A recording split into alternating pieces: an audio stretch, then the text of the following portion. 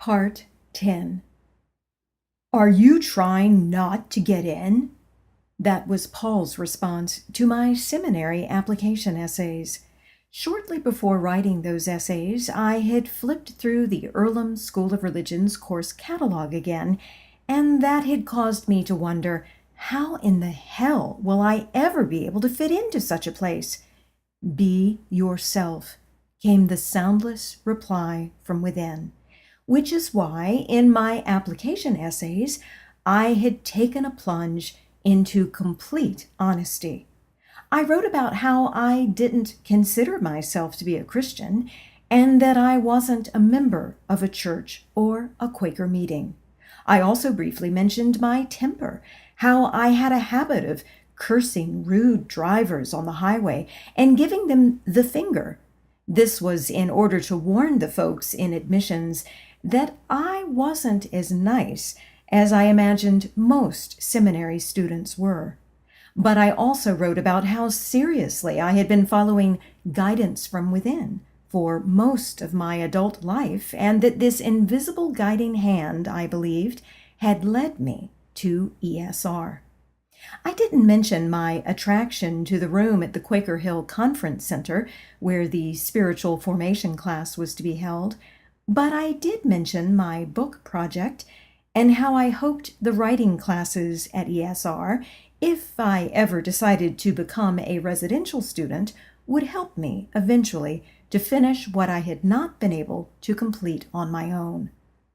I don't know if someone in the admissions department was entertained by my application essays, or if it was the letters of recommendation from my more serious-minded Presbyterian minister friends, or if it was that the seminary, plagued by low enrollments, as so many seminaries are these days, needed the extra tuition money. Whatever the case, at the age of 47, I found myself enrolled as a seminary student. From the beginning, I assumed my relationship with ESR would be a short-lived affair. I figured I would enroll in a handful of courses online, driving up to campus to take whatever 2-week intensives seemed the least intense, which to my mind meant the least Christian-y, and after 1 or 2 years of tiptoeing through a part-time scholastic load, if I hadn't dropped out or been kicked out, I would then consider spending a year on campus in order to participate in ESR's on-campus writing program. My spiritual memoir project, like a literary baby whose gestation period had suddenly been lengthened, was resting comfortably in the deep recesses of my mind. At some point, I knew I would have to return to this project, but for the moment, I had an upcoming pleasant distraction, the opportunity to sit within that magical feeling room within the Quaker Hill Conference Center. Although the required introductory online Bible and theology classes I had registered for in the fall semester filled me with dread, I was looking forward to the pre-semester August 2-week intensive Introduction to Spiritual Formation. Eagerly anticipating all the super cool stuff that was sure to occur in that large and special energy-filled space, I happily hummed as I packed my suitcase on a Saturday afternoon in early August 2008. Spiritual formation was right up my alley. I had been meditating and journaling and communicating with, or so I imagined, a higher power for years. I had also participated in an enjoyable and, at the time, meaningful year-long Quaker spiritual formation group while attending Maury River Friends meeting. Not only had we discussed spiritually provocative books during our bi-weekly evening meetings that year, we had also given each other progress reports on our chosen daily spiritual practices. During ESR's upcoming Spiritual Formation 2-week intensive, there would surely be interesting discussions about the books we had been asked to read over the summer, and chances were pretty good that I might even pick up a couple of prayer practices or meditation techniques that would be helpful to my ongoing spiritual development. The entire 2-week intensive, I believed, would be a spiritual vacation, a relaxing retreat with a handful of fun-sounding reflection papers to write each week, and a longer reflection paper to write once I was back at home. Needless to say, I could hardly wait. Like a young child eagerly anticipating her family's first trip to the beach, I felt nothing but exhilaration as I steered my car west down the entry ramp of I-64 the following Sunday morning. And because I was such a devoted student of that larger body of consciousness I believed myself to be a part of, when the tires of my car hit the mostly empty interstate that morning, I called out to my handsome Native American symbol for the larger mind. CE, I said, using my favorite abbreviated nickname for that large but invisible sea of consciousness I had come to think of as the Christ energy. I place this upcoming spiritual formation class in your hands. May the will of the whole be manifest within me during this experience. Thank you for leading me where I need to be. Amen. At the end of my short prayer, I grabbed an audio CD. I was in the mood, I decided, for my favorite organ preludes, fugues, and toccatas of Bach. But just before inserting the disc, I found myself pausing, suddenly hit with an overwhelming urge to begin my breath prayer mantra, I am one. Breathing in on the word I, breathing out on the words am one, I continued flying west on the clear and open interstate for mile after mile until, in an instant, I felt a wave of energy washing through my entire body. My eyes swelled, quickly sprouting tiny rivulets of tears upon my cheeks. CE, I said aloud, why am I crying? No soundless verbal response came from within, but suddenly I knew that I was being softened in preparation for some kind of a change that lay ahead. The thought of this great unknown unsettled me, but my will to transform was greater than any resulting discomfort I might experience, so I stated aloud, I accept whatever change lies ahead for me. May I be transformed in that way which is of benefit. Amen. That was when I caught sight of a turkey vulture gliding in the sky, 50 feet or so above my car's windshield. During the years of living in a meadow perched on the side of a hill, I had watched the turkey vultures glide every day, wings outstretched, on the never-ending wind currents that flowed high over the top of our house. I loved the grace with which they soared. They had become a living symbol for me. In the same way they surrendered themselves to the currents of wind in the sky, I wished my movements in life to be guided and supported by the energy flow of the larger mind. I wanted to glide as effortlessly as the turkey vultures upon the invisible breath of this guiding force in my life, which is why when I looked up and saw that turkey vulture, I felt like I had just received a thumbs up from the universe. In celebration of this imagined thumbs up from the higher power, I began to sing, one after the other, many of the songs I had composed over the years. And while I sang, I soaked in the beauty of the breast-shaped green mountains of West Virginia. I felt blessed by these maternal mountains cradling the lanes of pavement before me. My heart was open, full of loving gratitude, which is why I happily engaged in light chit-chat with each of the toll booth workers along the West Virginia Turnpike, receiving from each of them smiles, giggles, and well wishes. What a wonderfully happy place the world is, so full of friendly people, I found myself thinking.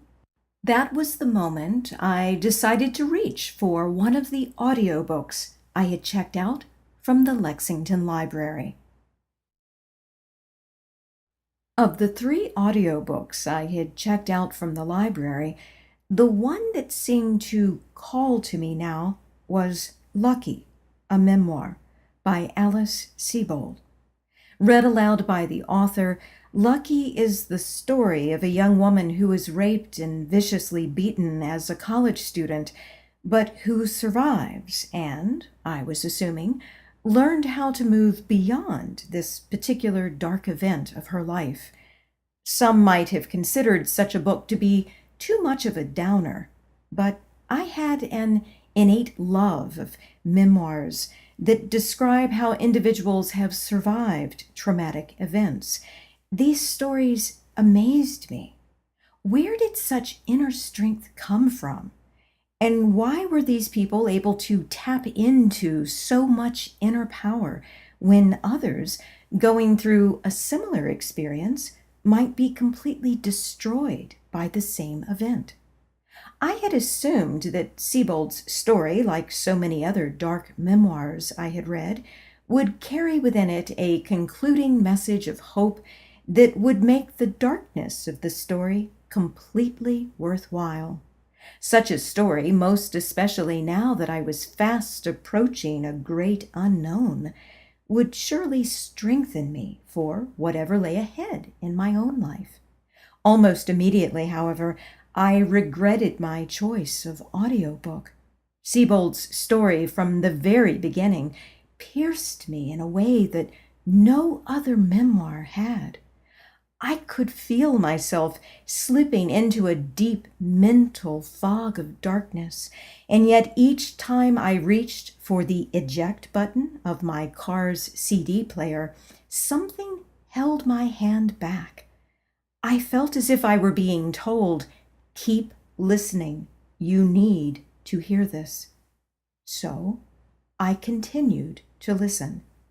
I was at that point in the story when Sebold describes how after the rape and the initial exam at the hospital that followed, she's standing naked in a shower stall in a bathroom just off the room where she had been examined.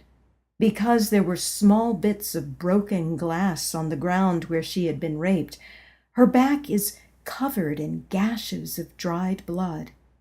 She calls out to her friend, the young woman who had accompanied her to the hospital, and asks for help in scrubbing her back clean. Her friend is holding the bar of soap in her hand. She wants to help, but she is unable to touch an area that bears the mark of so much pain. That image, the bloodied, naked back of a young woman, and in the foreground, a hand holding a bar of soap, a hand that is unable to move forward to touch the torn, naked flesh. Suddenly, it was too real. I slapped the eject button of my CD player, but I was too late. The next moment, I was moaning aloud with the same sort of primal keening that had spontaneously erupted from my throat during the birth of our daughter Abby. Within the center of my abdomen, right above my body's belly button, it felt as if the blade of an invisible knife had just sliced open some deep center core piece of me, a part of me that lay beneath and within the physical layer of my body. I could tell even then that it was an energetic rather than a physical pain, but it made no difference. It still hurt like hell.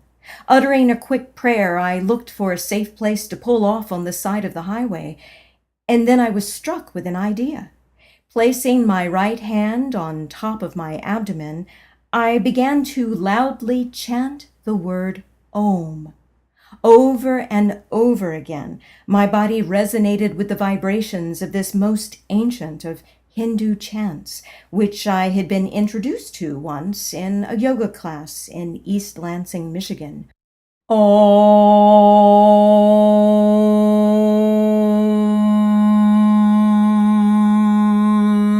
Om.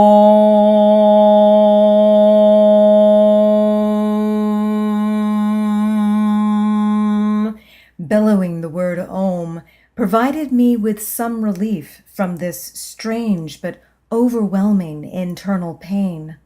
But chanting alone was not enough. I soon discovered that I had to keep my right hand pressed tight against my abdomen, right above my navel. Otherwise, the area felt too uncomfortably raw. Finally, after about 45 minutes of chanting, I discovered that it was safe for me to stop.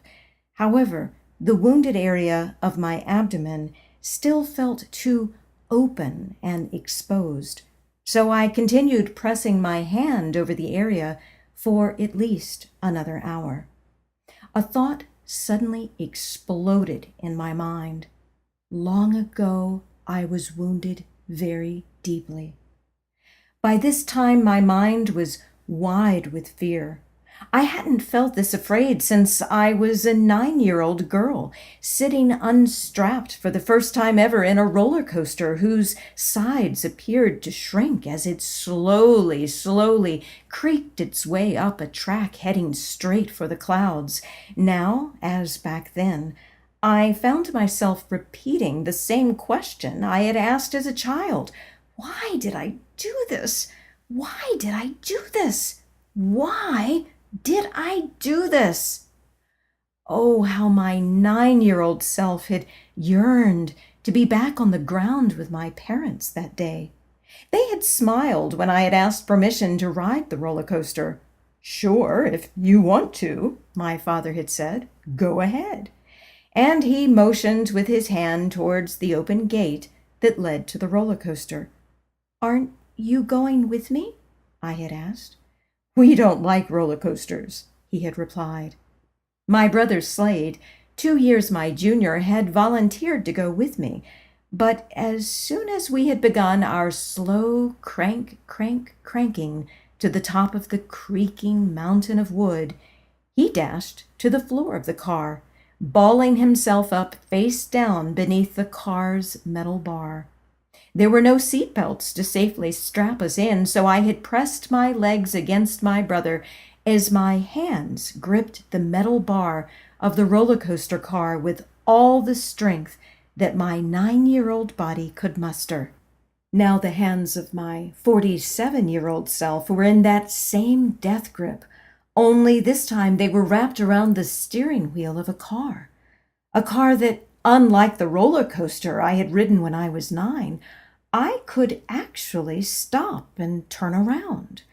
Looking for an exit that would allow me to do just that, I suddenly remembered my earlier prayer of surrender that day at the very beginning of my journey. I had been so full of trust when I had uttered that prayer. That thought prompted a memory from 20 years before, when I had trusted this same invisible power to protect me from a scary janitor at the radio station where I had worked. This power had indeed protected me from the janitor. But now I remembered how this same invisible power had not protected our little dog Maggie on the day she had been killed by a Rottweiler.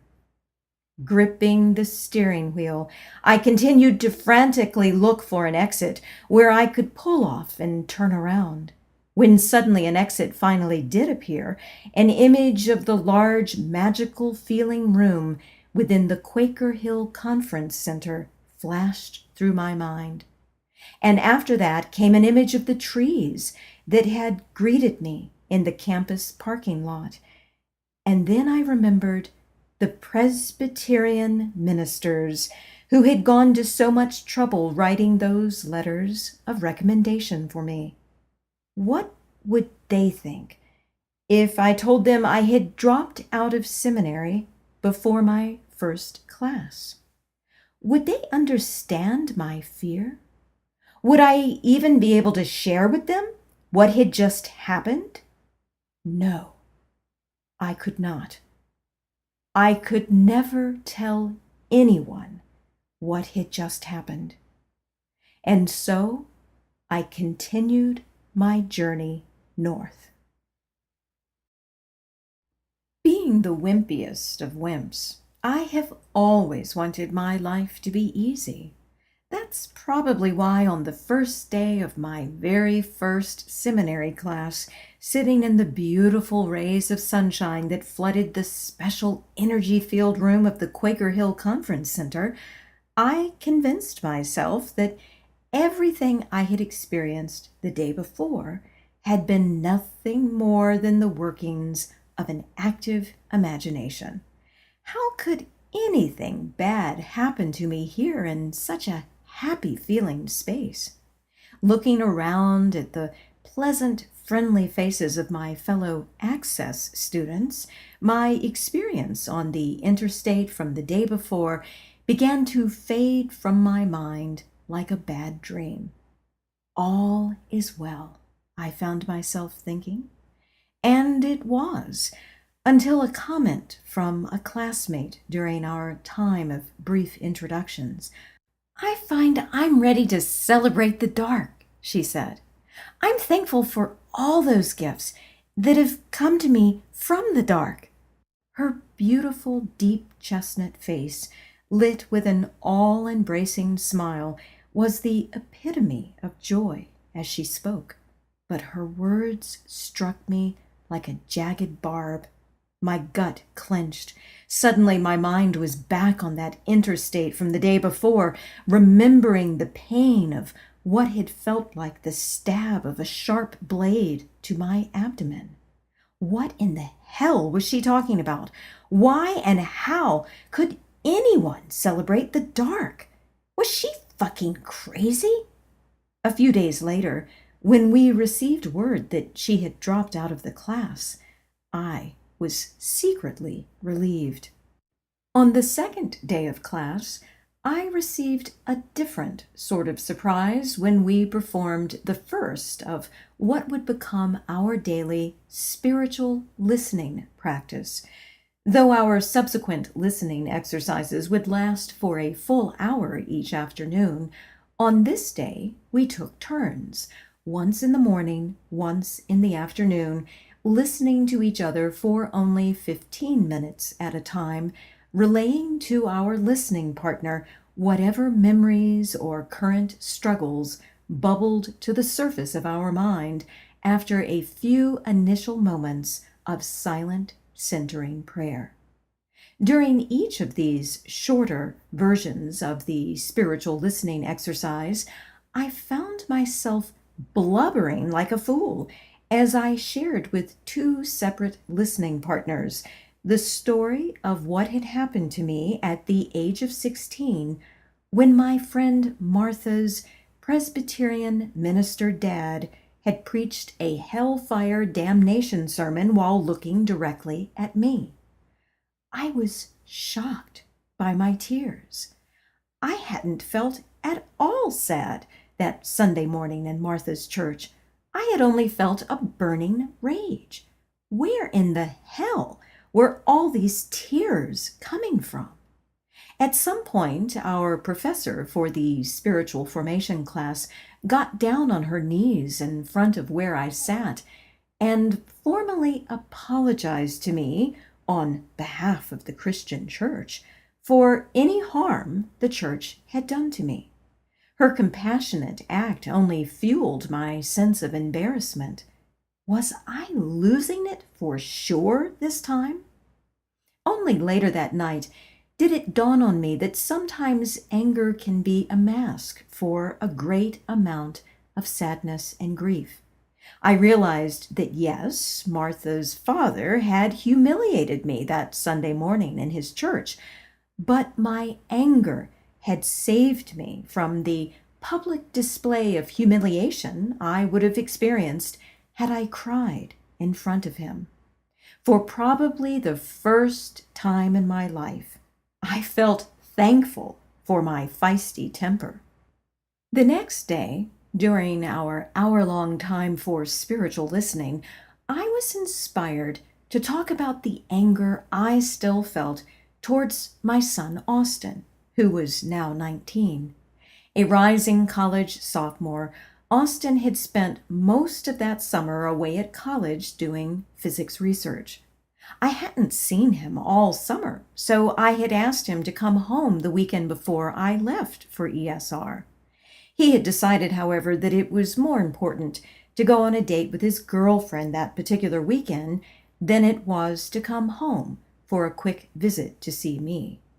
After talking for a few minutes about my lingering anger towards Austin, I soon found my mind dipping further back in time to the year Austin had entered kindergarten at the age of 5.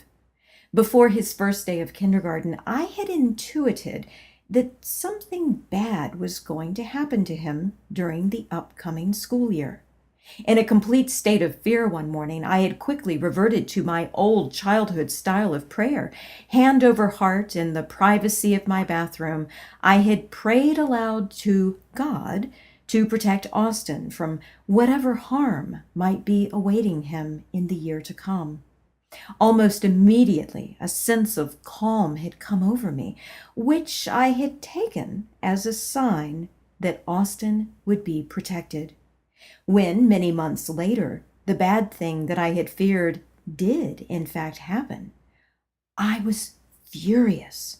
Looking back, I would say that the bad thing wasn't quite as traumatic as it had initially appeared, and that in the long run, Austin had not been harmed. But I didn't realize that at the time. Home alone in my bedroom one afternoon, I had screamed with all my might, "I don't care how big and mighty you are, God. I want you here on my bedroom floor now."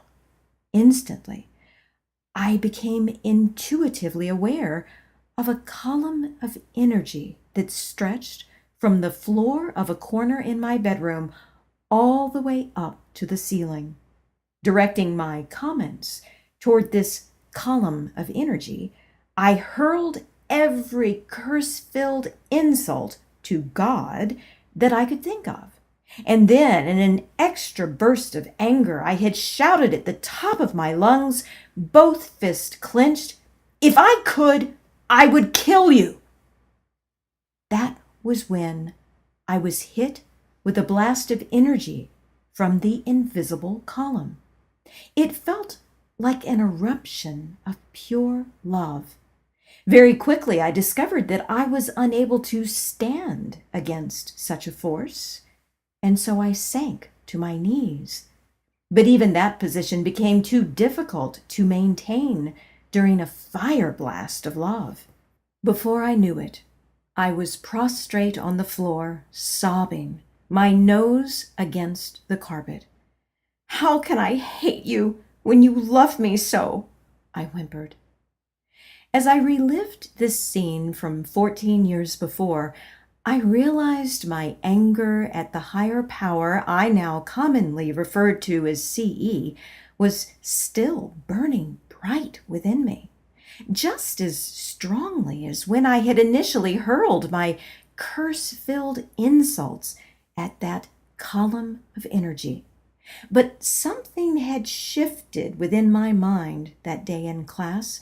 Now I could also sense that my anger towards this higher power was actually springing from a deeper root, far deeper than the anger I had felt when my 5-year-old son had not been protected in the way I had expected. What and where was this deeper root of anger?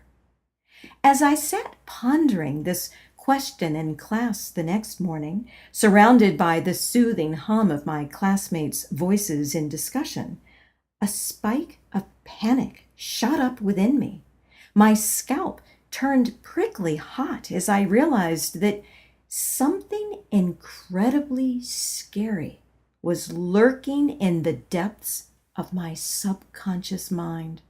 And then all of a sudden, the ground of my being seemed to dissolve, and I couldn't even say for sure who I was.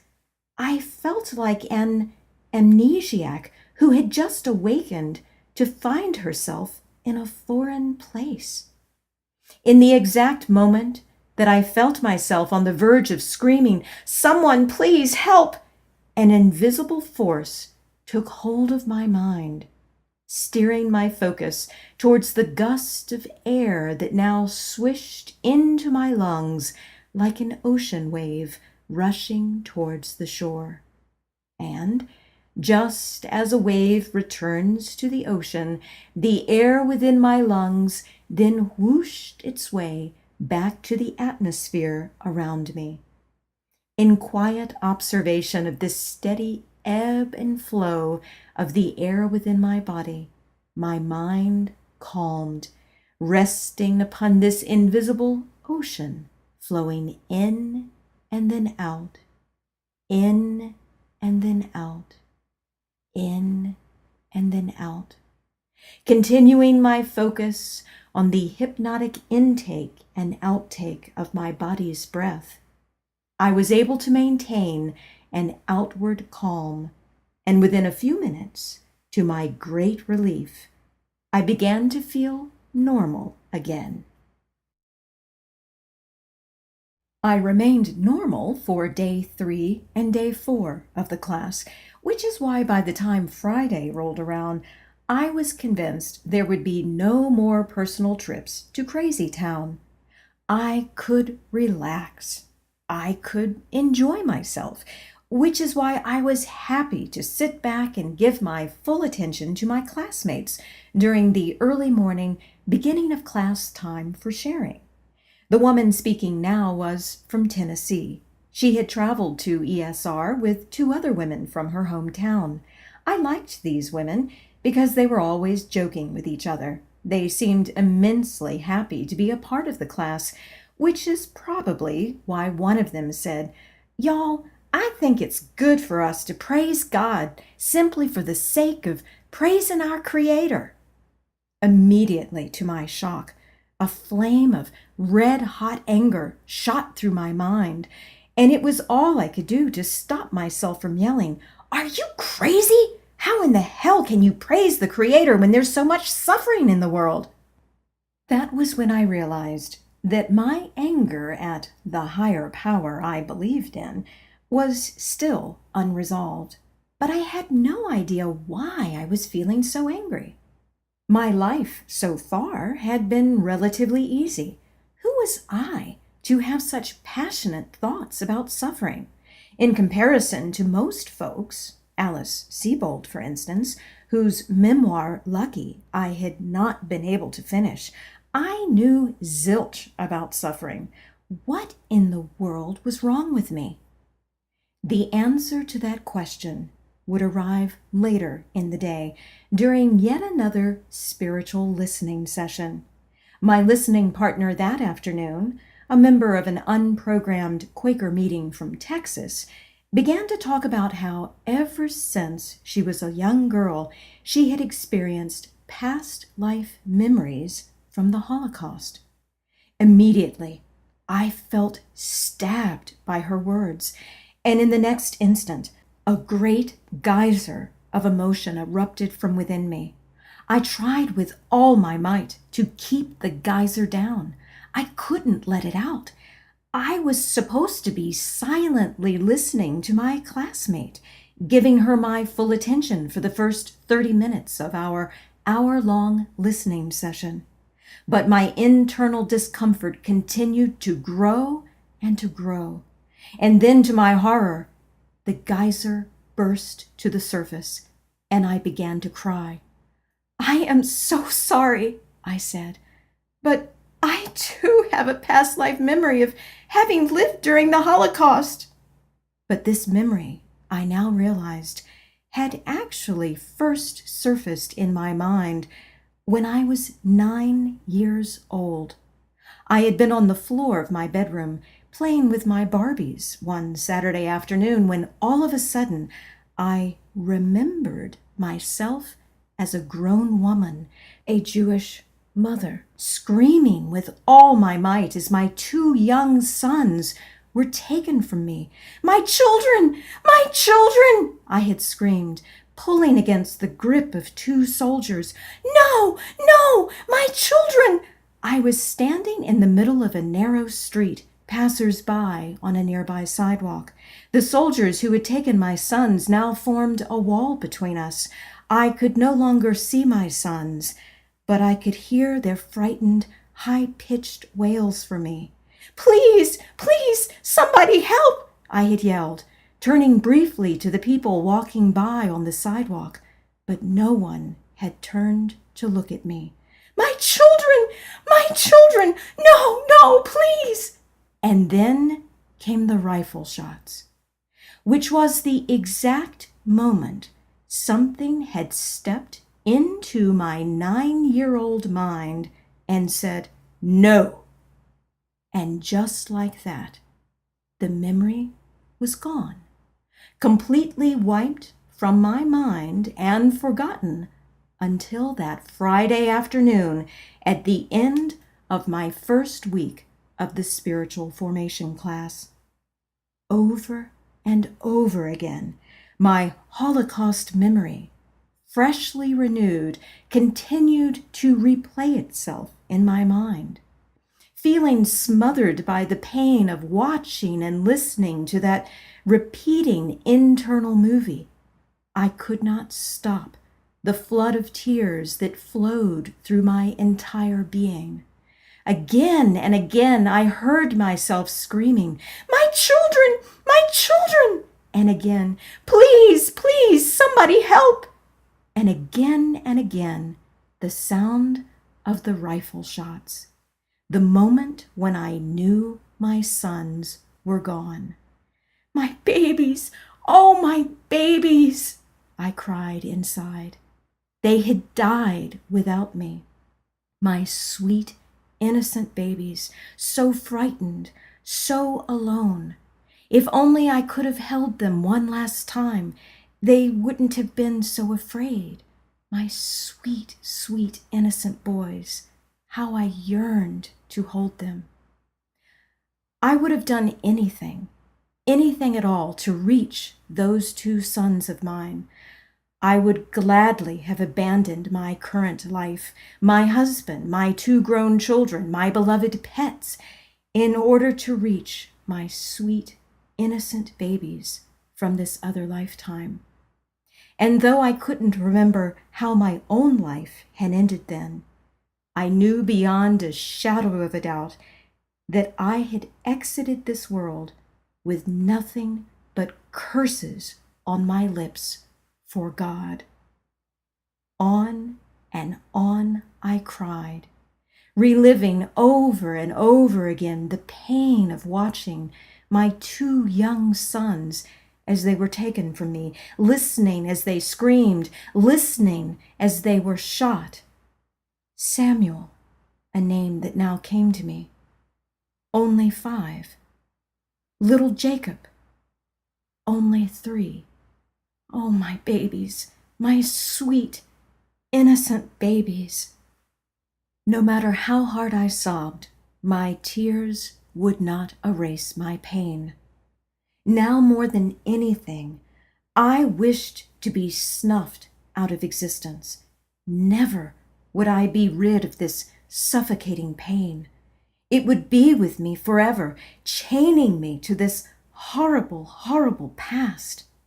Never would there be an escape from my permanent hell. I knew that I would be trapped here forever in a place of total agony. My God, why have you forsaken me? Writes the Hebrew psalmist. These words again appear, coming from the mouth of Jesus, in 2 of the Christian gospel accounts of his death on a cross.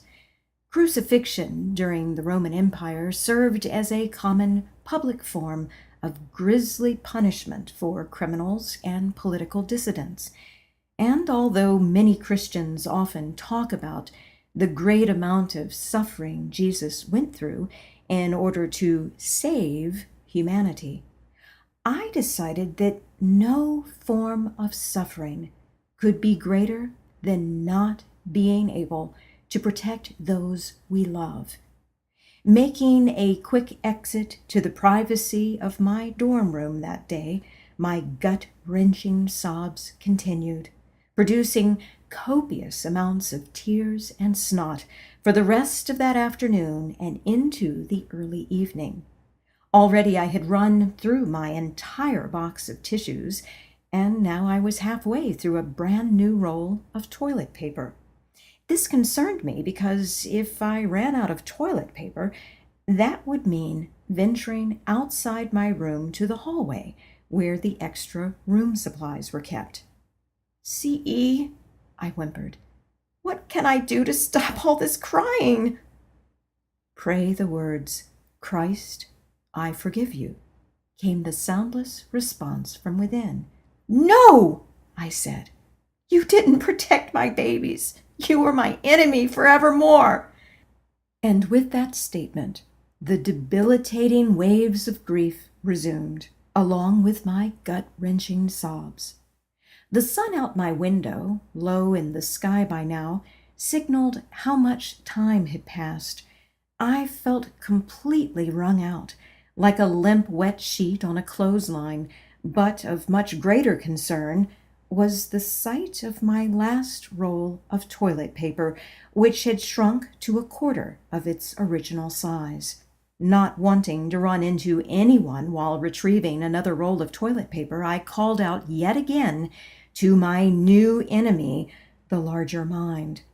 Even now, still full of hatred for this greater form of consciousness, there still remained, it appeared, a small part of me that believed the source of the inner voice could help me.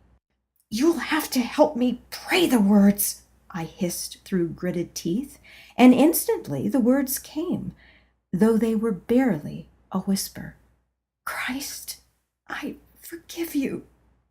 In the next instant, it felt as if a large and invisible bandage within the region of my abdomen had been ripped from a deep internal wound, a wound so encrusted with layers of dried blood that it had, over time, completely fused with the bandage. It was a painful experience, but I could feel intuitively that the words of my prayer needed to be spoken again. So, once more, with the help of my invisible enemy, I repeated the prayer, and then I repeated it again and again, breaking into fresh rounds of sobs with every repetition of the prayer. I don't remember how many times I repeated the prayer, but after a while I began to feel a difference within. My internal wound felt newly opened, raw, and exposed, but I could also feel a subtle beam of healing energy in the area.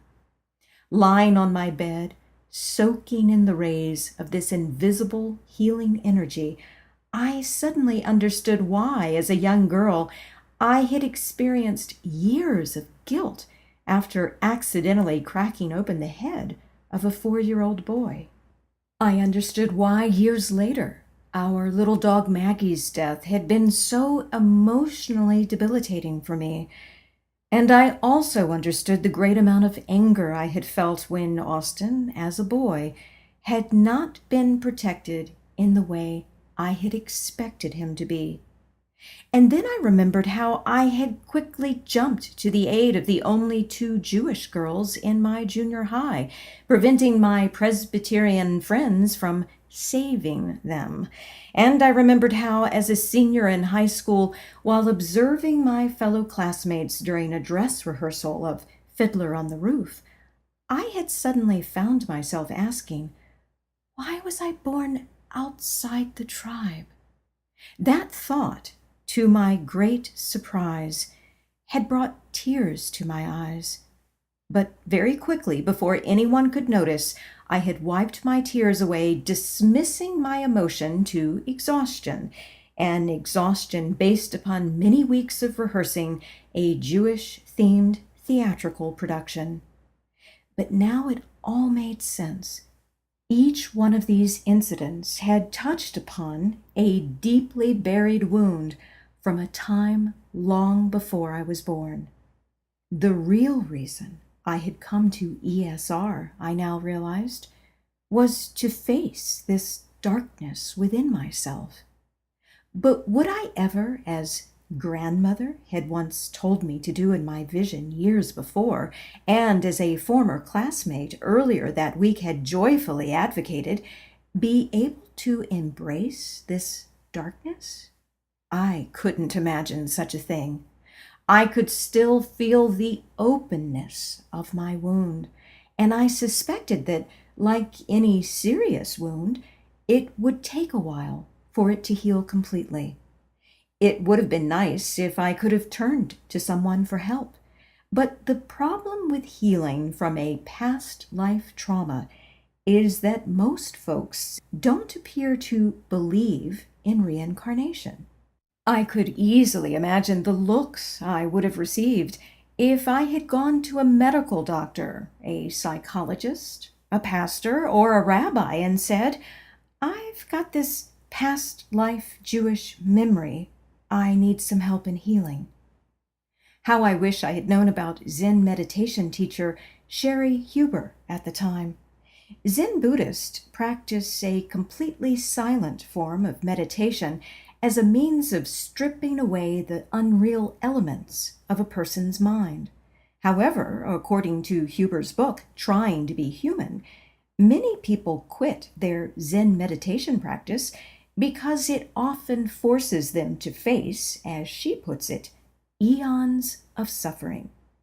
Perhaps Huber would have told me, if I had been lucky enough to meet her then, that my 2-week intensive introduction to spiritual formation had pushed me into enough of a daily diet of meditation and contemplative prayer practices that the way had opened, to borrow from Quaker terminology, for this past life memory to bubble to the surface of my mind. Perhaps she could also have provided me with meditation tips that might have helped me to completely release such a traumatic past life memory. As it was, I didn't have any Zen Buddhist friends or teachers to turn to for help in healing such a long ago memory, and the thought of returning to that Tibetan-themed Buddhist center I had visited years before didn't appeal to me. So I did the only thing I knew to do. I kept praying to my enemy friend, the larger mind, for help every time I was hit with another wave of debilitating grief. The next time I found myself sobbing uncontrollably was the following month during my online Introduction to the Old Testament class.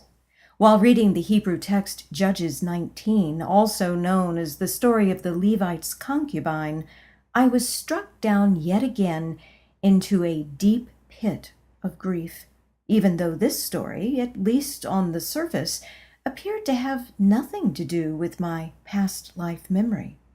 Judges 19 is the story of a Levite priest concubine who is handed over as a sacrificial gift to a group of Benjaminites to be raped. In Hebrew culture at that time, it was common for a man to acquire an additional wife or wives if he could afford it.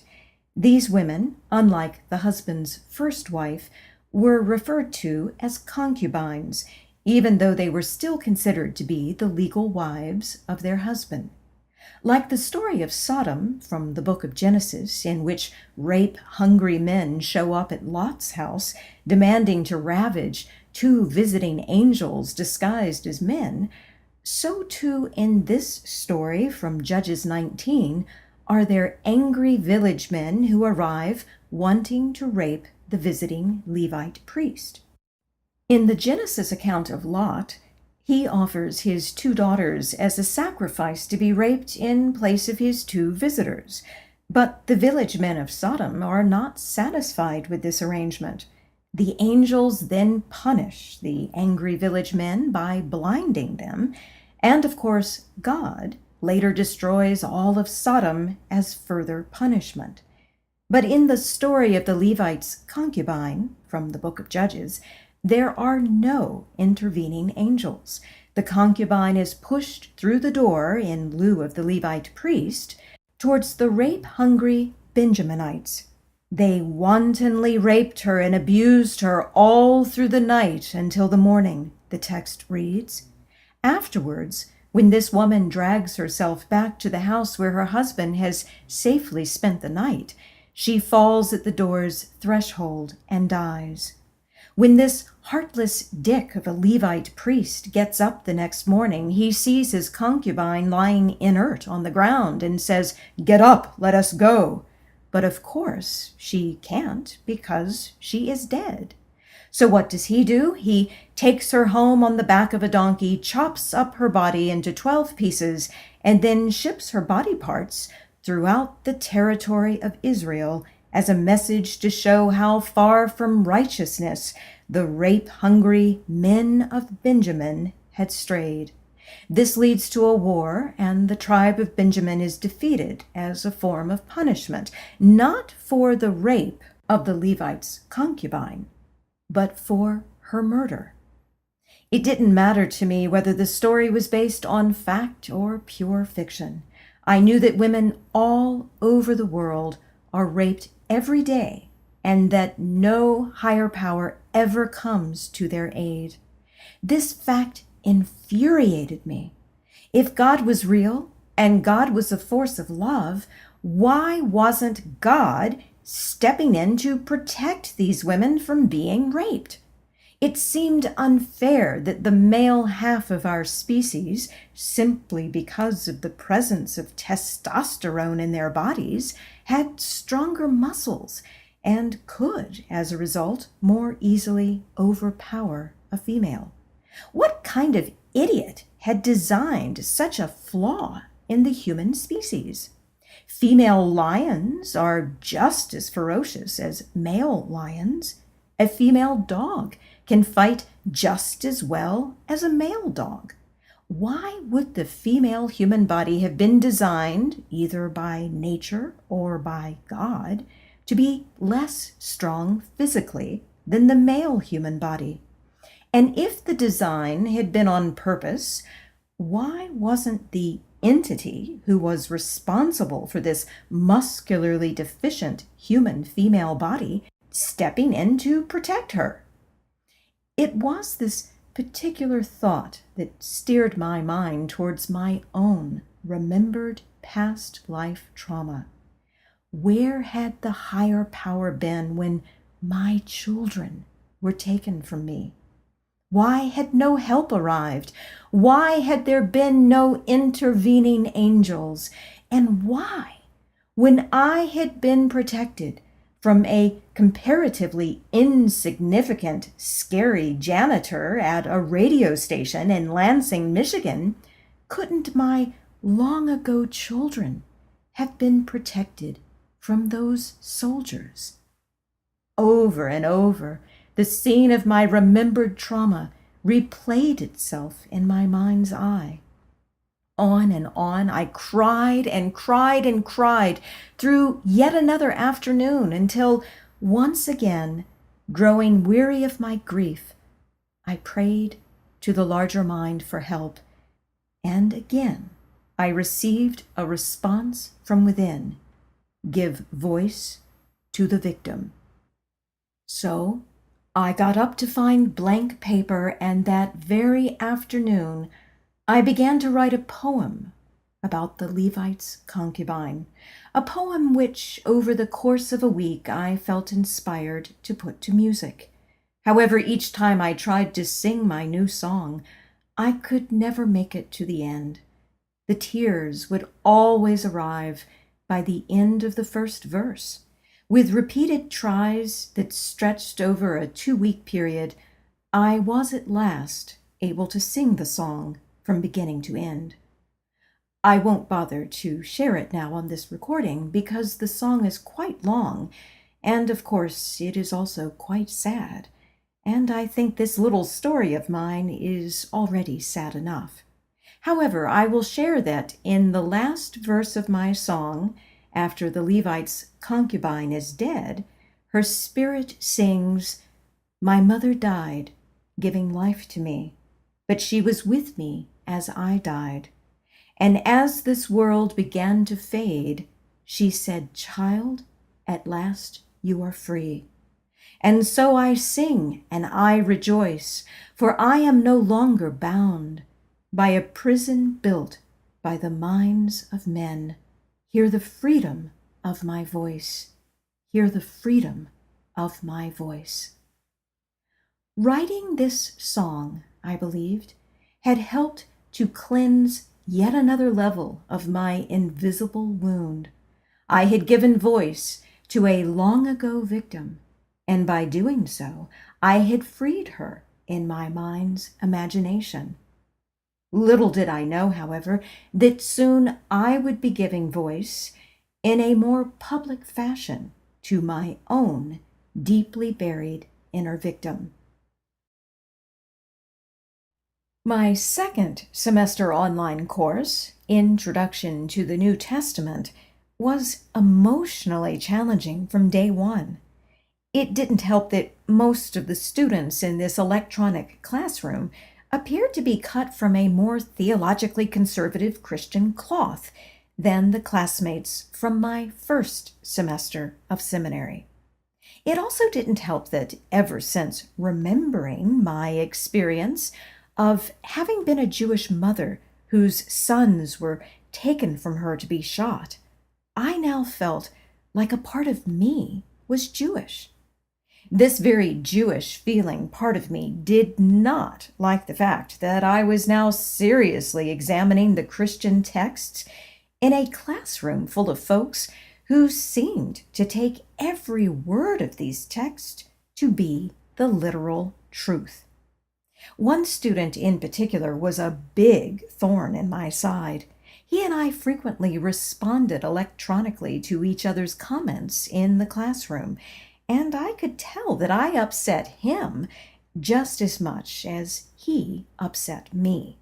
He didn't, for instance, like the fact that I didn't believe atheists would be punished for their lack of godly beliefs. His brother had recently left the church, and this upset him greatly because it meant, to his mind, that his brother would not end up in heaven with him.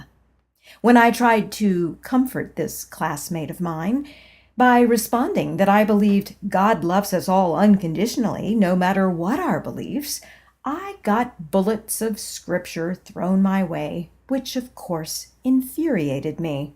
I felt like I was back in my old friend Martha's church, and that this theologically conservative Christian classmate of mine was verbally condemning me to hell, just as Martha's father had done. After trying for so many years to make my peace with Christianity, was I now backtracking, losing all the hard-won ground I had gained while worshiping with the contemplative prayer Presbyterians? How I yearned now to run away from these Christians, to be done with them forevermore. My brother Slade had converted to Judaism years before. He didn't understand why, if I felt so Jewish now, and so especially upset with my Christian classmates in seminary, I didn't become a Jew, as he had done. What he didn't know is that, oddly enough, I seemed to believe that one must be born a Jew in order to be a Jew. Not knowing where this belief had come from, I didn't bother to share it with my brother because I did not want to offend him. He was by this time one of the 10 men comprising the minyan of his very small Orthodox Jewish synagogue in the neighborhood where he and his family lived. He observed the Jewish Sabbath, not answering the phone, not driving, not watching television. He kept a kosher kitchen. His kids, now enrolled in a private Jewish school, were all learning Hebrew, and he had a mezuzah hanging above his front door. With all his efforts to be a true Jew, I assumed my brother would be crushed to know that I considered him to be only quasi-Jewish. But that was exactly how I felt about myself, and it was my quasi-Jewish state of mind that made me especially irritated by my classmates' frequent references to Jesus as Christ. Why, I wondered, couldn't they use the word Christ as a label for the light within all things? Though Christ, or more frequently CE, short for Christ energy, was a label I still used as a name for the larger mind, I had refrained from using this word in class because I knew my classmates would think I was referring to Jesus. I didn't want to support in any way the Christian concept that a man could be elevated above the rest of humanity to the position of God.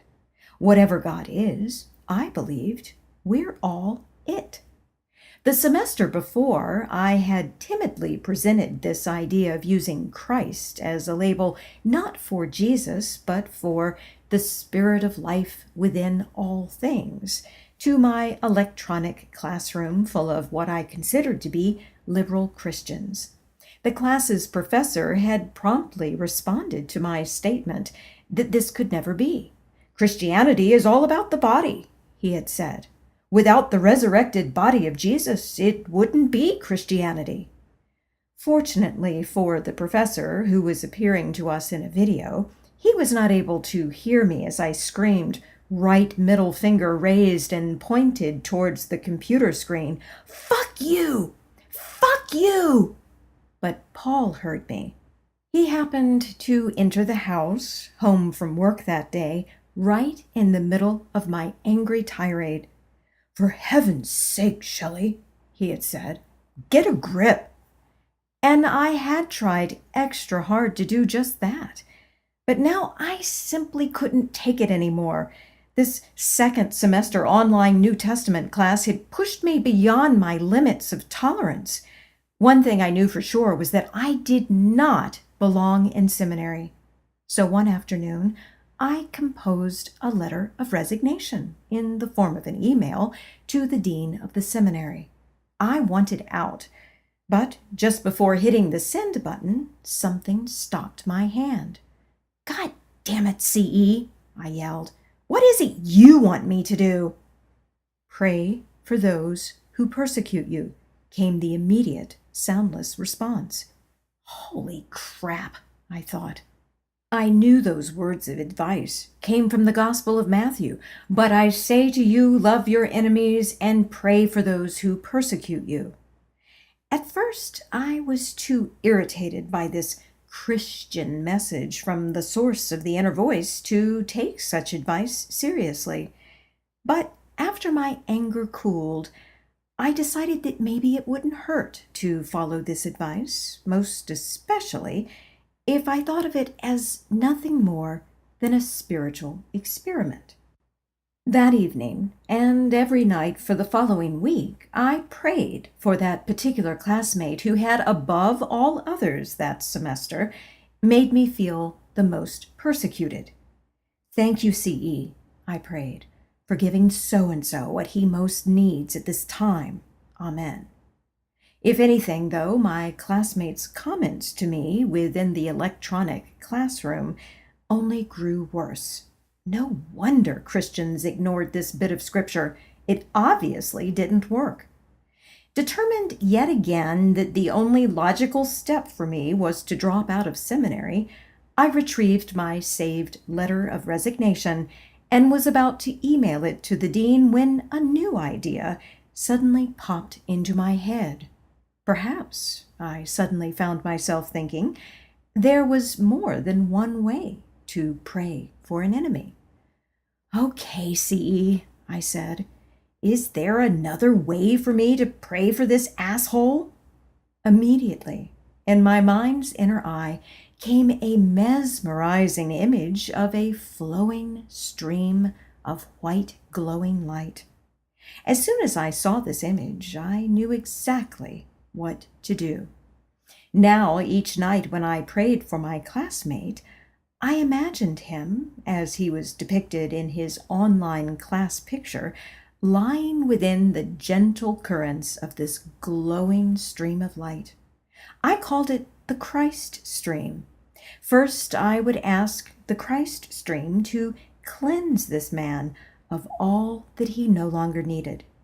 During this part of the imagined prayer, I would watch in my mind's eye as black gunk washed from his body. To me, the black gunk was a symbol of his fear. After I saw the fear within him being washed away, I would then thank the Christ stream for filling my classmate with all that he most needed. And then I would watch as, in my mind's eye, his body became filled with the beautiful glowing light from the stream. Once I saw the image of my classmate standing upright in the stream, his body radiating the beautiful light from the stream, I then concluded my prayer of visualization with an Amen. I thought for sure this time that my Christ stream prayers would work. But online in the electronic classroom, my classmates' posted responses to me became the rudest they had ever been. One night, after reading yet another condemning response from him, I decided that there was no escape from the hell I was in, and that I had been a fool to have followed the advice of the inner voice. Though it had been of help in my past, it certainly had not been of help recently. Maybe the source of the inner voice had reached the limits of its abilities, and perhaps this was because all along my creative imagination was the true source of this inner voice. With no real internal force to guide me, I now feared, there would never be an escape from hell. And with that thought, I fell back into the deep pit of agonizing grief. My Holocaust memory returned. The remembered image of my long-ago children, at the moment they were taken from me, began its ever-repeating run through my mind again, like a short clip from a movie that wouldn't stop. Up came the geyser, down came the flow of tears and snot. Not wanting to wake Paul, I made my way to our daughter's old bedroom, unused since her marriage the year before, and shut the door.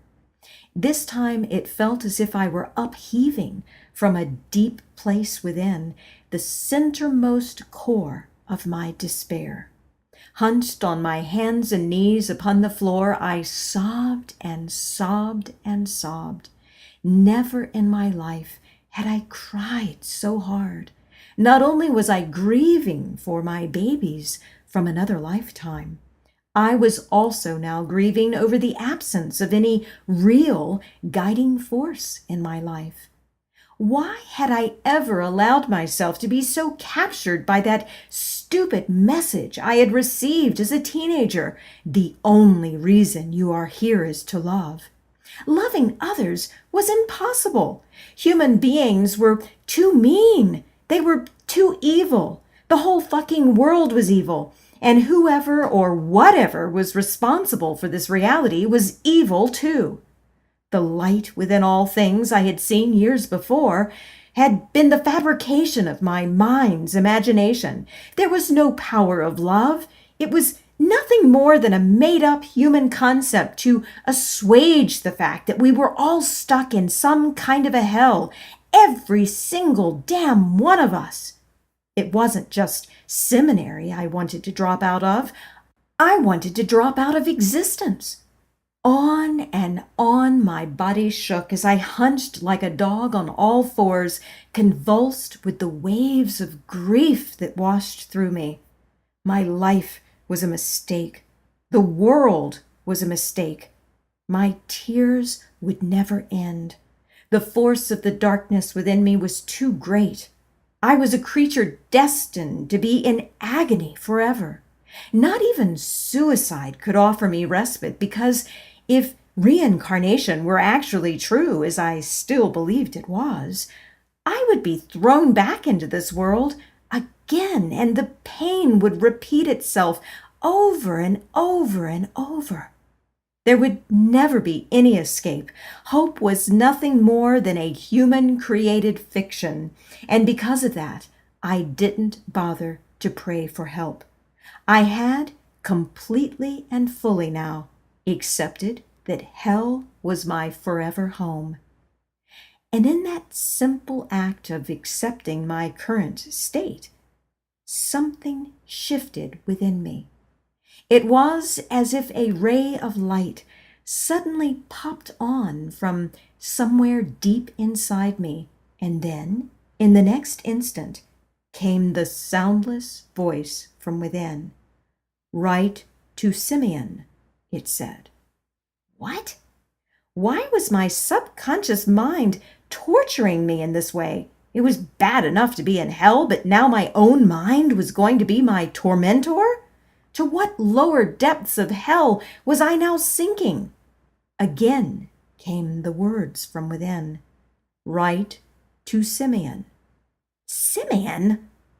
And then an image from the electronic classroom's website flashed through my mind, and I remembered. Ask Simeon was a question and answer column our theatrically minded New Testament professor maintained for those of us in the online classroom. We could, whenever we had a question about first-century Rome, deliver them to our professor's alter ego, Simeon, a first-century Jewish slave owned by a Roman merchant. Up until that point, I had not taken the Ask Simeon column too seriously. I had, in order to be polite, submitted a question to Simeon at the very beginning of the semester, and I had, in order to be polite, read a few of Simeon's responses to my classmates' questions. But it had been a while since I had visited Simeon. "Write to Simeon about your past life experience," came another soundless message from within. "And expose myself to a bunch of conservative Christians? Hell no," I whispered. "Go away. I don't want to hear from you ever again." "Write to Simeon," came the response from within. "No, leave me alone." And with that, my convulsions of grief resumed. At one point, I looked at the clock and saw that it was a little after 2 a.m. There would be no escape into sleep this night. I was stuck in grief mode forever. The darkness within me was a permanent fixture. Once again, so debilitating was my grief, I did not bother to pray for help. Once again, I accepted my fate. I would be in this dark, dark pit forevermore. But once again, from deep within me came the feeling of a light being switched on, and again came the message from within. "Write to Simeon." "No," I said. "It will help." "No," I said. "Leave me alone." "Write to Simeon." "God damn it all to hell," I hissed. "Fine, I'll write a letter to stupid Simeon." And just like that, the waves of grief and despair disappeared. But in their place popped an internal pillar of terror. The terror of knowing that I was getting ready to launch myself upon what was, at that time, the craziest task of my entire life. My hands trembled above the keyboard of my computer, but as I stared at the blank electronic page, so brilliantly white upon my computer screen in the dark room, I found my mind to be frozen in a state of fear. "If you want me to do this," I said aloud to the larger mind, "then you're going to have to help me. I can't do it on my own." In the next instant, without any thought on my part, my fingers began their quiet clicking upon the keyboard. Sitting before my computer shortly before dawn, in a complete state of submission, I allowed the words to flow through me, and when my fingers were done, I posted my online letter to an imaginary first-century Jew under the title heading, "A Confession from a Mother." "Dear Simeon," my confession read, "I believe God has asked me to confess something to you. It may sound strange, even insane, but I have a memory of having lived as a Jew. Though I am not a Jew and was raised within the Christian church and am currently a student at a Christian school known as a seminary, I remember what it was like to have been a Jewish mother whose 2 young children were taken from her by men whose intent was to kill them because they were Jews. This memory has been with me since I was a child. When I was younger, I was able to very easily and very quickly push this memory out of my mind. But as I have gotten older, and most especially since becoming a student at this Christian school I am attending, the memory has been returning more and more frequently, and I find that I am now powerless to keep it away. I am hoping that by confessing my story to you in such a public fashion, that this memory from another life will begin to be washed away, and that this wound within me will finally begin to heal. It is a very strange thing to feel as if a part of me is Jewish, while I study, in such a serious fashion, the sacred texts of Christianity. I long now to wrap myself instead within the Hebrew Scriptures. I also long to reach out in fellowship to other Jews, even though I am not, technically speaking, a Jew. One of my brothers actually became a Jew about 10 years ago. He doesn't understand why I do not convert to Judaism when I feel like a part of me is Jewish. But what I have told him is that not all of me feels Jewish. It is only this small, though exceedingly painful part of me that feels Jewish. My daughter, a beautiful grown woman who is happily married and happily teaching others while she launches herself on a journey of furthering her own education, does not believe in this concept of living more than once. She has another way of explaining the pain of my remembered Jewish memory. She says that when our souls enter this world, perhaps they agree to take on the discarded pain of other souls who, not having been able to deal with the overwhelming pain of their particular lifetime, leave it behind as they make their exit from this world. She believes that this is what happened to me, that my soul agreed to take on the pain of a very dear individual who is no longer of this world.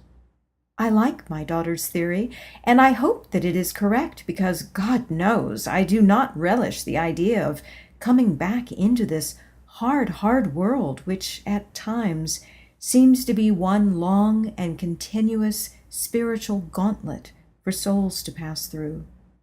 Simeon, I stand before you as a woman who feels as if she has been stripped not only of her clothes, but also of her skin. If you are overly burdened by this blood and bones exposure of myself, I apologize. But I feel that the Spirit of the Lord has asked me to do this, and so I must. I am unable to say no to God, even when I feel that God is leading me to do that which others would consider to be completely insane. I believe that God's Spirit has only my best interests in mind when it asks me to do such difficult tasks. And even now, Surprisingly so when I consider that I stand before you with not even my skin as a covering. I cannot help but trust God.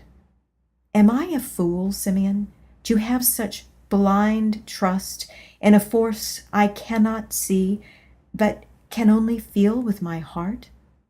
Sometimes I feel that I am a fool, but I continue to trudge along this path of mine, trusting the Spirit, even when there is no logical reason to do so. Long ago, I asked God to be my shepherd, to lead me where I need to be led, in order that my mind, my body, and my soul be returned to a state of wholeness. I have to follow this invisible shepherd, even if it feels like a complete act of insanity. Once such a path is taken, I have found that it is impossible to abandon it. One's feet seem to become permanently attached to this path, and though one can stop and choose not to move forward upon the path due to fear, there is absolutely no possible exit from it. I can only hope I made the right decision. I thank you, Simeon, for your prayers, and once again, I apologize for the burden I have placed upon you. May the Spirit of the Lord continue to be strong within you. Your secretly Jewish sister, Shelley. I will always be thankful for the quick and compassionate response I got from Simeon 5 hours later. Although he dismissed my experience as evidence of reincarnation, he complimented me on my willingness to be vulnerable and therefore to receive a painful gift of remembering. This gift, he said, was rooted in Scripture. He spoke of how the Hebrew prophet Jeremiah had, in a similar way, remembered the wailing of Rachel, the second wife of Jacob. He then included scripture from the book of Jeremiah that reads, "Thus says the Lord, a voice is heard in Ramah, lamentation and bitter weeping. Rachel is weeping for her children. She refuses to be comforted for her children because they are no more." And then he wrote that perhaps Jeremiah remembered Rachel's anguish with the same compassion that you have for one of Rachel's descendants and her children. There were other pleasantries that he included in his written response to my letter, and although he and I did not see eye to eye on the issue of reincarnation, I was impressed that he had responded with compassion rather than judgment. No postings from my classmates appeared in the Ask Simeon column that day, and no more responses appeared in the column for the rest of the semester.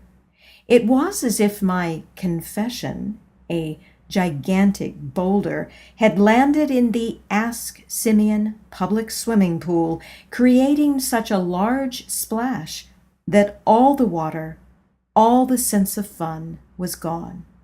But I was too exhausted to care. The experience had taken a lot out of me.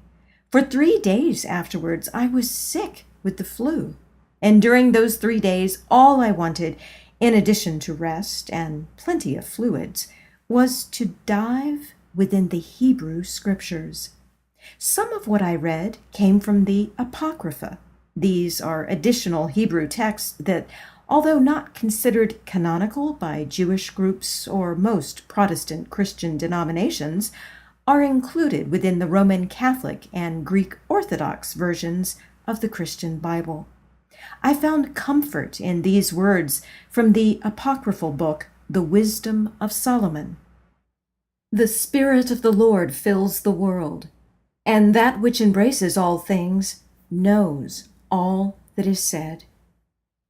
Could this explain my past life Jewish memory?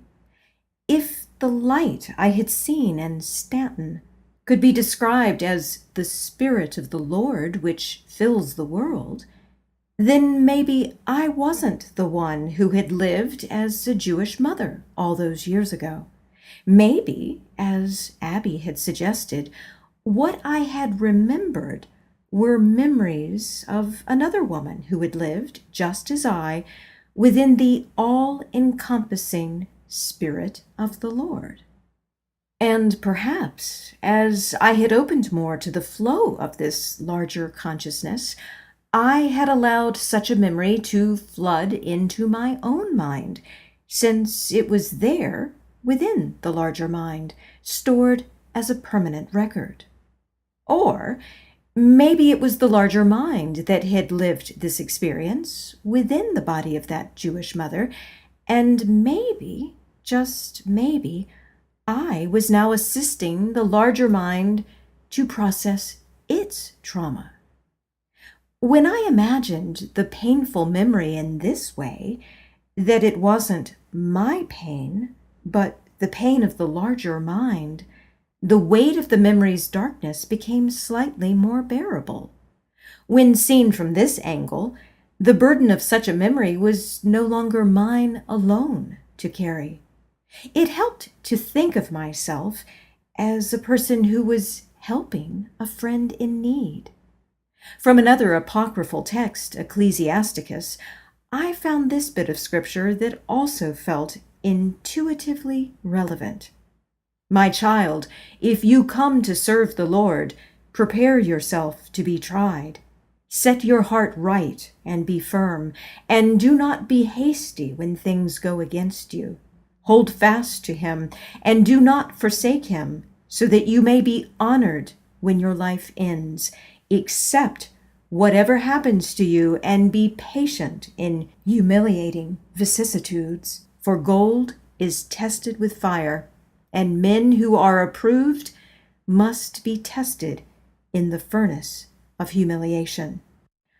I knew that as a teen, I had sort of agreed to serve the larger mind. The night I had received the inner message, "The only reason you are here is to love," I had kneeled upon my bedroom floor, and I had said, "I am yours. Teach me how to love. Lead me where I need to be. Help me to become who I am meant to be." And I knew that I had also tried my very best to hold fast to the source of the inner voice. Even when this force had seemed every bit my enemy, I had still turned to it for guidance. However, when I considered the words, "accept whatever happens to you," I knew that I was nowhere close to accepting all that had recently occurred. And I certainly wasn't ready to embrace this darkness within myself, as grandmother had instructed me to do many years before in my vision of the repulsive Native American toddler. I also knew that I did not want to be thrown back into the furnace of humiliation, as had happened in my online classroom.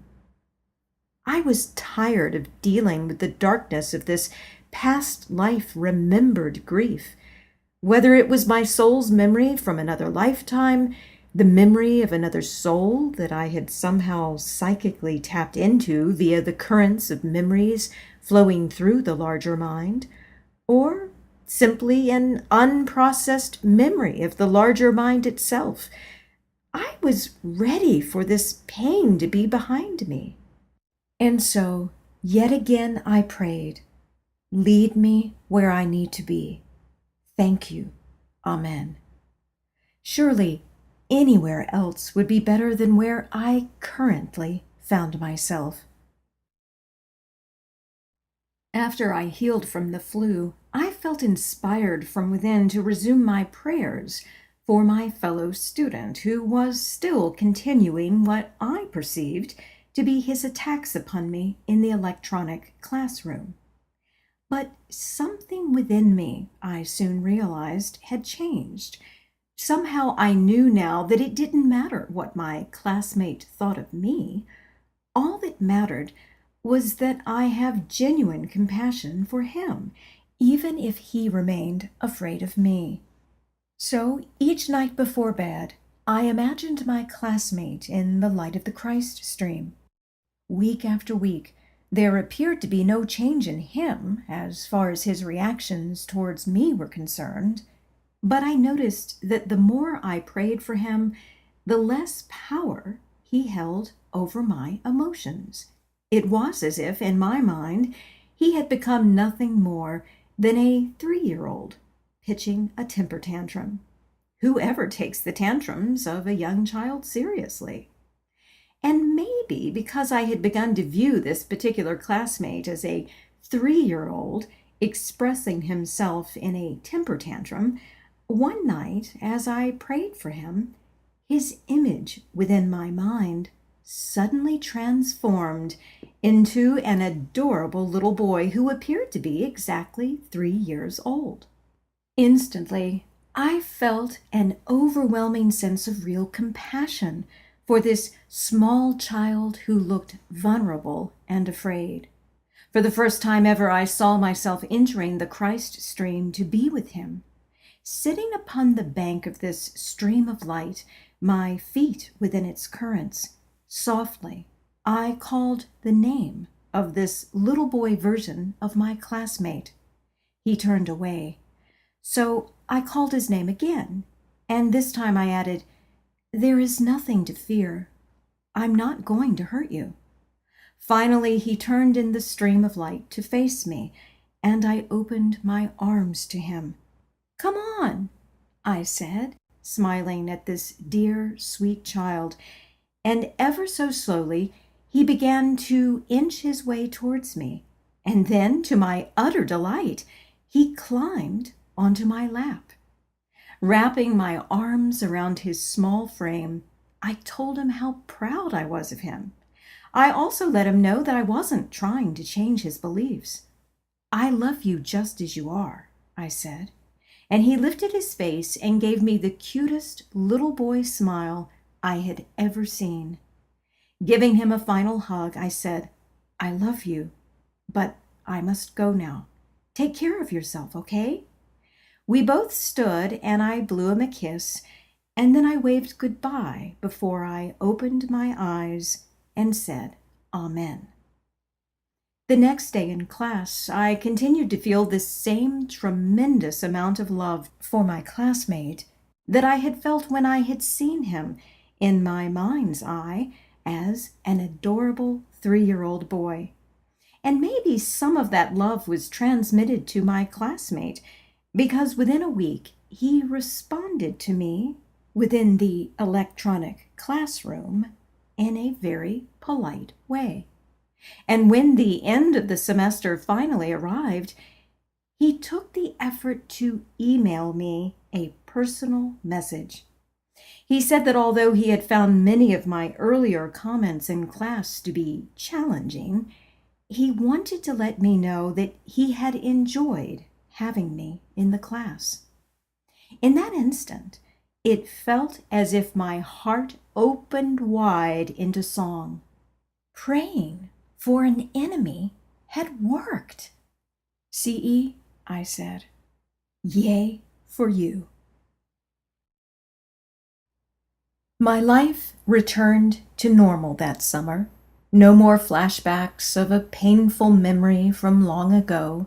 No more debates with theologically conservative Christians. No more Bible reading. No more theology.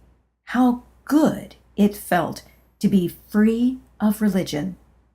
The previous year, the only class that had not taxed my emotional and psychological reserves was an on-campus Quaker beliefs course that I had taken in January as a 2-week intensive. Although I did not consider myself to be a Quaker, I had to admit that I enjoyed hanging out with most of the Quakers I had gotten to know at ESR. Not everyone who attended ESR was a Quaker. In the U.S., Quakers seem to be a dying breed.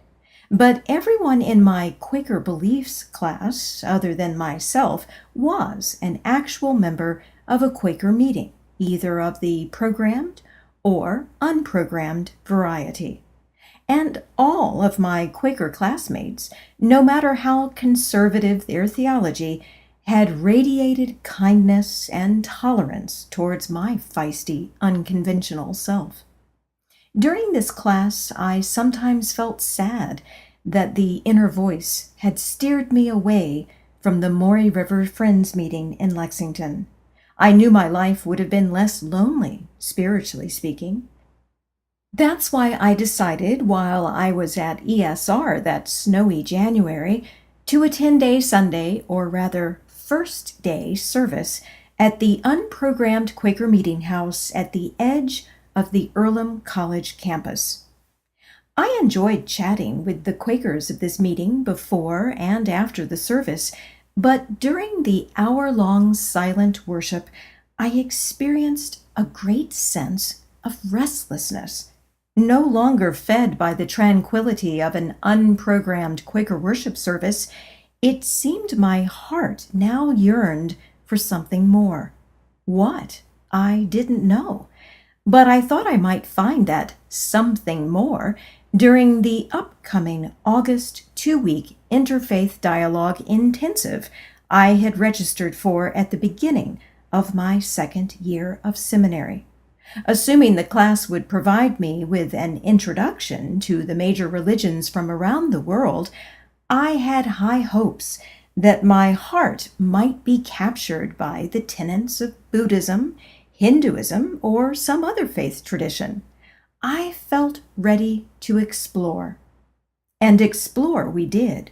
But to my great disappointment, most of the interfaith dialogue class was not an exploration of other faiths so much as it was an exploration of how various models of Christianity respond to interfaith dialogue. For instance, there was the one true religion model of Christianity, shared, of course, by fundamentalists of other religious faiths. There was also the Christian fulfillment model, which states that although it is true that there is only one path to God, namely Jesus, the Spirit of Jesus routinely speaks to those outside of Christianity, drawing them closer and closer to Him. Next was the Christian many paths model that sees every religion as a path leading to the same destination, God. For Christians who fit within this mold, Jesus is considered to be divine simply because he allowed himself to be filled with God's Spirit, a feat all humans are capable of, these Christians believe, no matter what a person's religious background. I was not surprised to find that no Christian model existed that supported my view of Jesus, basically that he is a creation of humanity's collective unconscious, and that he exists as a sort of incorporeal entity within the minds of believers. However, I was immensely surprised by what happened to me when I first began to read about Christianity's one true religion model. That particular afternoon, I was home alone, reading in preparation for the upcoming August intensive, when suddenly, in my mind's eye, I saw a very clear image of a grotesquely obese, bald-headed king, probably in his mid-60s, sitting upon a throne. An enormous gold crown perched atop his bald head, and from his shoulders fell the folds of a 10-foot-long velvet maroon cape lined at the edges with white fur. As soon as I saw this richly dressed obese king, I knew immediately that he was my mind's symbol for the Christian Church. What happened next is shocking for me to recall. Within my mind's eye, I next saw this obese, bald-headed king standing before me, completely stripped of his clothing. And in my right hand, I now saw that I held a gigantic tree-sized pole. Suddenly, a volcano of rage erupted from within me.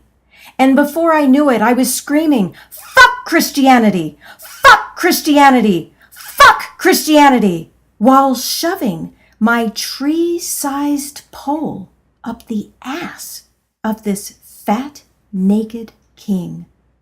I screamed these obscenities to Christianity for so long that I actually became hoarse.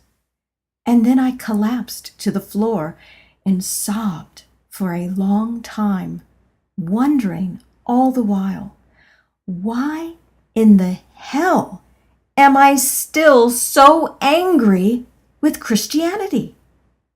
I thought I had finished dealing with my past life Jewish memory. The anger I had felt in that lifetime, or so I had assumed, had been directed primarily towards God.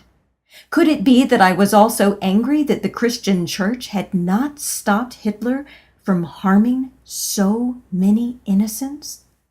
Whatever the root of such an intense burning anger, to my great disappointment, it was now clear to me that I had not made my peace with Christianity. When I was back on campus for the August 2-week intensive interfaith dialogue, I felt greatly humbled by the knowledge that not only had I failed to make my peace with Christianity, I was also capable, at least in my mind's eye, of forcefully shoving a tree-sized pole up the ass of a fat guy. Would I ever come to the bottom of this great chasm of darkness within myself? One night, in the middle of the 2-week intensive, asleep in my usual dorm room, I dreamt of a dark, war-torn place. In the dream, I found myself walking along a narrow dirt road, moving toward a small white cottage at the edge of a flat open field. The front door to the cottage was gone, as was much of the glass in its 2 front windows. The few trees in its yard were nothing more than scorched, lifeless skeletons. Entering through the doorless opening of the cottage, I saw a few bits of pottery smashed and scattered upon the floor. Except for a small wooden table in front of a hearth, the few remaining simple pieces of furniture had been broken or overturned. Even the curtains of the shattered windows were shredded. I walked across the broken bits of pottery towards the room beyond the hearth. Somehow I already knew that I would find the remains of 3 individuals lined crosswise upon a bed, their knees angled over the side of a thin mattress, bullet holes in their heads. I stepped closer to the threshold of this room, but there was nothing before me but a black void. "You do not have to remain in darkness," came the voice from within. That was when I opened my eyes and found myself back in my cell-like dorm room at school, the brightness of the hallway ceiling fluorescence flooding through the crack at the bottom of my door. I sat up. The hairs on my head felt as if they were tingling. Hours later, back in the interfaith dialogue classroom, my heart froze when the professor announced that after our 10-minute break, we would watch a short clip from the famous Nazi propaganda film, Triumph of Will. Though I had never seen this film, I had heard that it contained footage of Hitler delivering one of his passionate speeches to a huge crowd of supporters. No, I decided. Not this time, CE. You've gone too far. I'm not going into the furnace of humiliation again. Not now. Not in front of my classmates. You've put me through too much. I'm not taking any more. Gathering up my books, pen, water bottle, and backpack, I got up to tell the professor that I wasn't feeling well and needed to leave. I was not going to sit through images of this dark propaganda film, even if, as our professor had suggested, it would helpfully demonstrate how images and music used in such films are used to strike in a powerful way a civic religion chord within their viewers. No, enough was enough. And then came the same message from within that I had received in my dream the night before. You do not have to remain in darkness. By this time, everyone in the classroom was up and stretching, some on their way to the bathroom or to the drink and snack machines downstairs. I sat back down in my seat, placing my backpack in my lap. How do I walk away from it? I silently asked. Pray in this way, came the soundless reply from within. And instantly came the words of a mantra-like prayer. With the power of the living Christ within me, I bless the living Christ within thee. With the power of the living Christ within me, I bless the living Christ within thee. Quickly, I unzipped my backpack and retrieved my notebook and pen. I recorded the words of this prayer in my notebook, but I still wasn't sure I wanted to remain. Did I really think a prayer could help? Not this time. Returning my pen and notebook to my backpack, I stood up once again to leave. But on my way to the door, I realized that some part of me was, in fact, curious to know if such a prayer might be of help. Okay, CE, I conceded. I'll give it a shot. But if I end up sobbing my guts out in this classroom, I swear to you, I'm dropping out of seminary this very afternoon. Later, after the break, while everyone settled back into their seats, I tried to relax by slowing my breathing, counting to 4 as I breathed in, counting to 4 as I breathed out. My open notebook was before me, the words of the prayer clearly visible when the lights of the classroom were finally clicked off.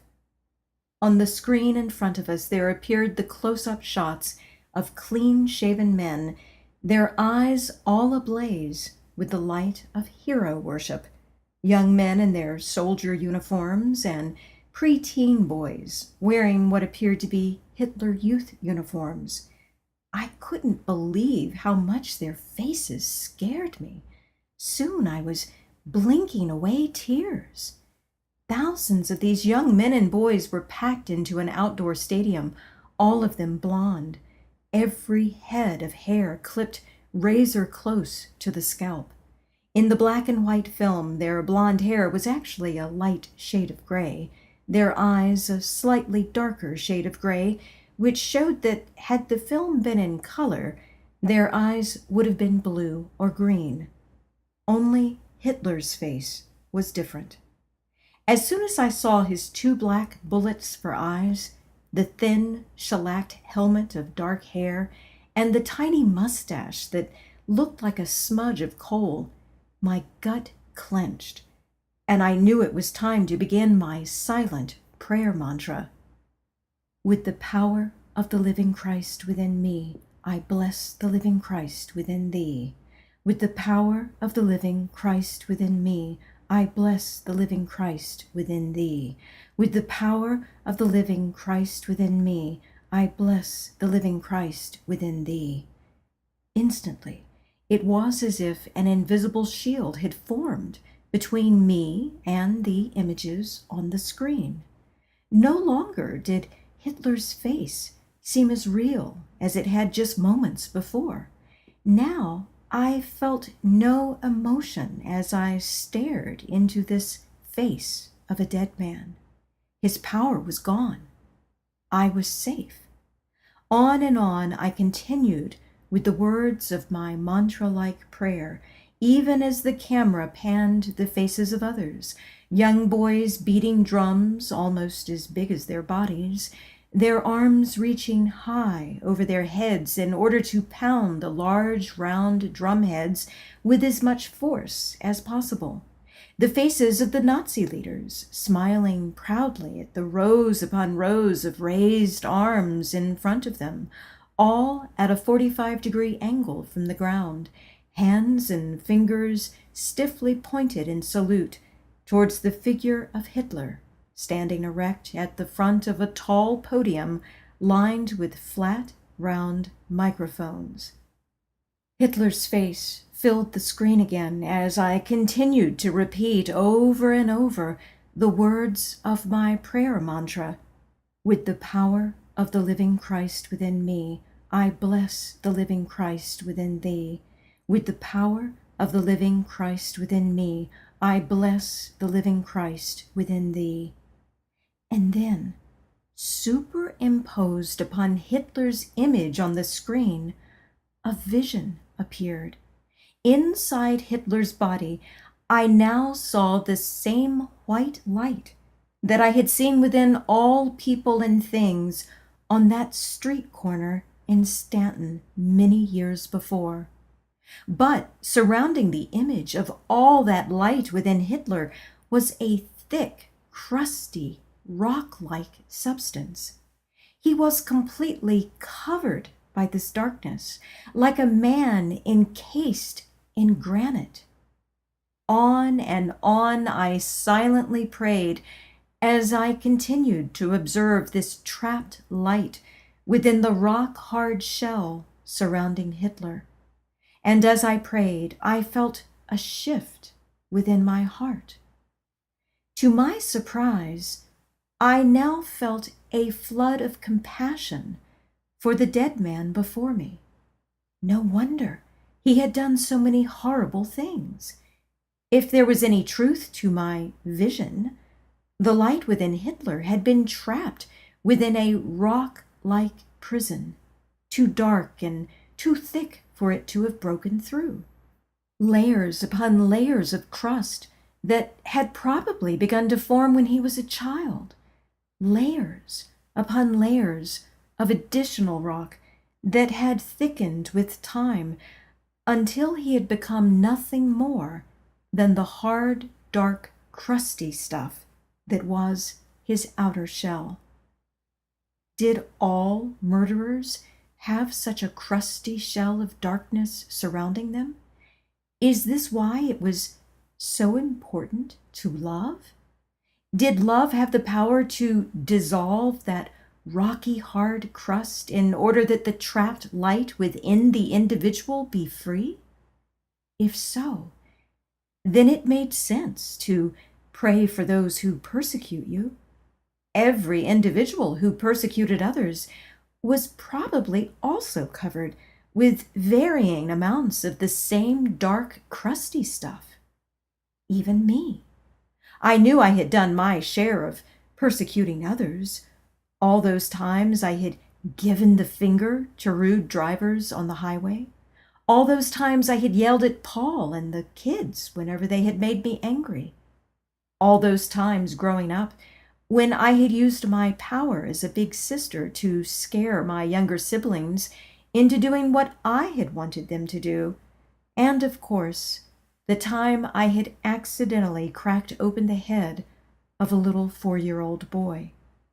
And I was sure there were many, many other times when I had unknowingly persecuted others, when I had made them feel angry or afraid or unworthy of love.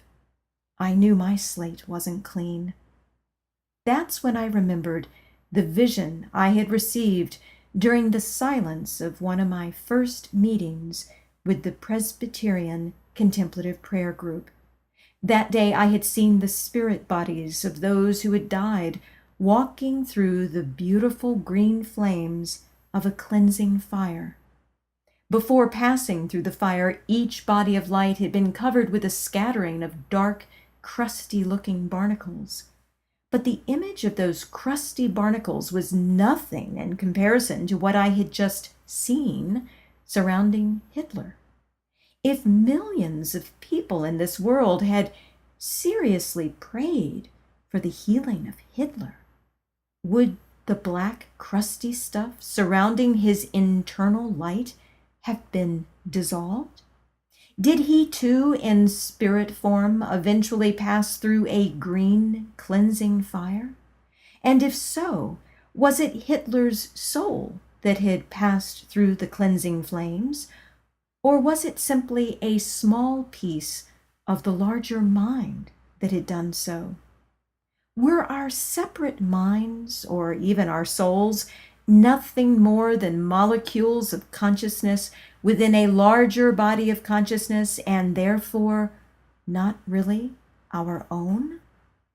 That thought prompted me to remember my rewritten version of the Jesus Loves Me hymn that I had channeled while working at the New Age gift shop in downtown Lexington. The second verse begins, "Long ago the world was made, when down to rest God's head was laid.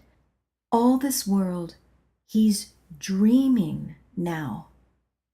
Were we all, no matter how good or bad, various manifestations of one single mind?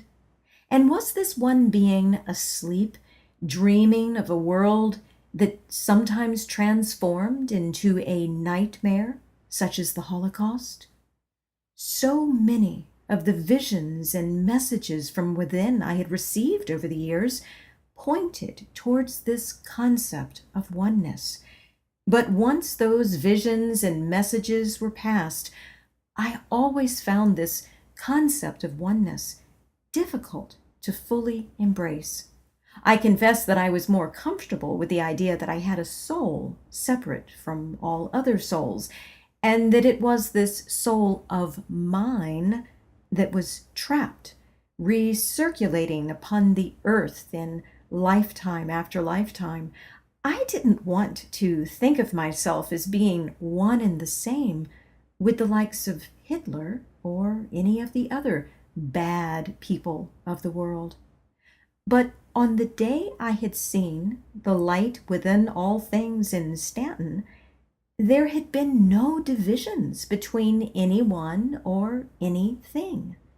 Even the most insignificant things I had seen that day, the trash on the streets, the leaning limestone walls, the houses with their boarded up windows, had been filled with that beautiful pulsing light, a light that my mind had quickly interpreted to be the energy of consciousness. Was I really one with everything in this world? Were there really no divisions between anything at all in this world? Was it truly the dream of one gigantic sleeping mind? Or was I simply insane? I couldn't say for sure that the vision I had seen in Stanton was real. I also couldn't prove beyond any shade of a doubt that the vision I had seen while watching a Nazi propaganda film was not the result of a temporary psychosis. But I do know this: the prayer exercise that day in class completely dissolved all my emotional response to the film, and, more important, it caused me to feel compassion for a man who had always been a symbol of evil, not only for me personally, but also for humanity as a whole. That was a pretty significant happening, which is why I decided that day that, crazy or not, I had experienced yet another level of healing.